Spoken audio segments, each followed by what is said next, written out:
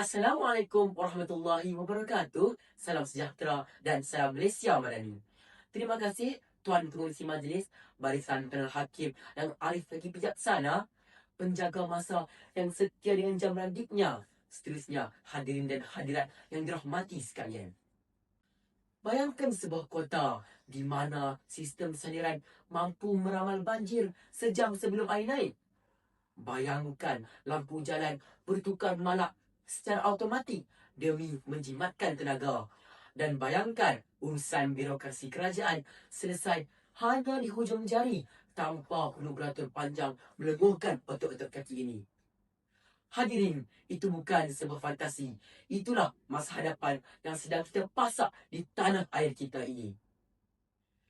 Pucuk pauk di lima batu, anak sembilang di tapak tangan. Walau jauh teknologi berpadu, Penang 2030 tetap menjadi pegangan.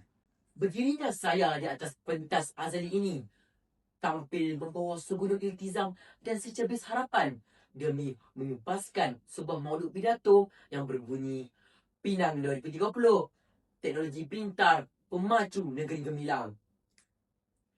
Sidang hadirin yang penuh santun.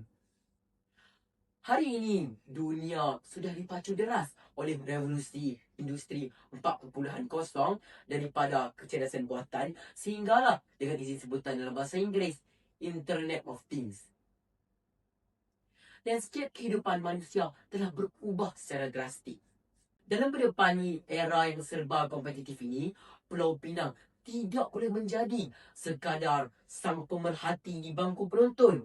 Sebaliknya, Pulau Pinang haruslah menjadi pemain utama. Ingat, Penang 2030 bukan sekadar slogan politik yang retorik. Tetapi Penang 2030 merupakan satu manifestasi, satu pelan transformasi secara menyeluruh untuk menjadikan Pulau Pinang sebuah negeri yang maju, hijau dan dipacu oleh inovasi. Hadirin dan hadirat sekalian, mari kita selami sarjana pemikiran yang pertama di bawah lembayan kata teknologi pintar mematangkan model insan sekaligus menggalakkan lonjakan ekonomi digital. Pulau Pinang sejak sekian lama dikenali sebagai Silicon Valley Timur. Kita tidak asing dalam dunia teknologi. Namun, acuan Penang 2030 menuntut kita beralih daripada sekadar hak pembuatan kepada hak inovasi. Kita tidak mahu anak-anak muda kita hanya menjadi sekadar pengguna teknologi ciptaan barat.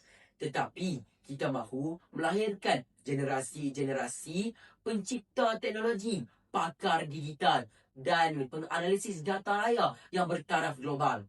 Lihat saja usahawan perusahaan kecil dan sederhana kini menembusi pasaran global hanya dengan menggunakan platform e-dagang tanpa memerlukan modal jutaan ringgit. Seterusnya kita bergerak kepada puncak kedua saya di bawah kata kunci infrastruktur pintar menjamin mobiliti yang cekap dan keselamatan yang holistik. Sebuah negeri yang gemilang tidak diukur dengan ketinggian pencakar langitnya, tetapi diukur dengan keupayaan untuk menjaga kebajikan rakyat di negerinya. Melalui jaringan 5G dan aplikasi bandar pintar, sistem pengangkutan awam kini dapat menjadi lebih sistematik. Penggunaan lampu isyarat pintar berkuasa data masa nyata dapat mengurangkan kesesakan sekaligus dapat menyelamatkan beribu-ribu jam produktif rakyat yang sebelum ini terbazir di jalan raya. Bukan itu sahaja, aspek keselamatan juga dititik beratkan dengan adanya CCTV pintar berasaskan kecerdasan buatan, kadar jenayah dapat ditekan dan kawasan-kawasan berisiko tinggi dapat dipantau. Ini akan membuatkan rakyat-rakyat tertidur dengan lebih lena. Kanak-kanak dapat pergi sekolah dengan selamat. Dan para pelancong luar akan melihat Pulau Pinang sebagai sebuah syurga makmur dan aman.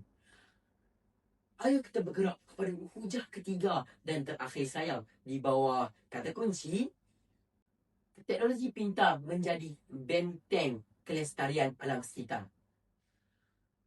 Dalam mendepani kemajuan, kita tidak boleh menjadi seperti sang rakus yang sanggup menggadaikan kelestarian alam sekitar demi keuntungan masa singkat. Dengan melalui Pinang 2030, teknologi pintar menjadi penyelamat bumi hijau kita sendiri dan hadirin sekalian. Kalau roboh Kota Melaka, papan hijau saya dirikan. Kalau kukuh teknologi terbuka, Pinang 2030 dapat direalisasikan. Konklusinya, Pinang 2030 bukan sekadar satu pilihan, tetapi satu kemestian. Kejayaan Pinang 2030 hanya boleh datang bergolek tanpa sinergi padu antara kerajaan, pihak swasta dan lapisan rakyat. Ayo warga Pulau Pinang, marilah kita sama-sama sing-singkan dengan satukan hati dan bulatkan tekad.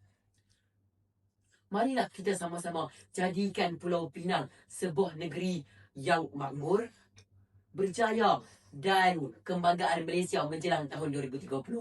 Sekian, wabillahi taufiq wal hidayah. Assalamualaikum warahmatullahi wabarakatuh.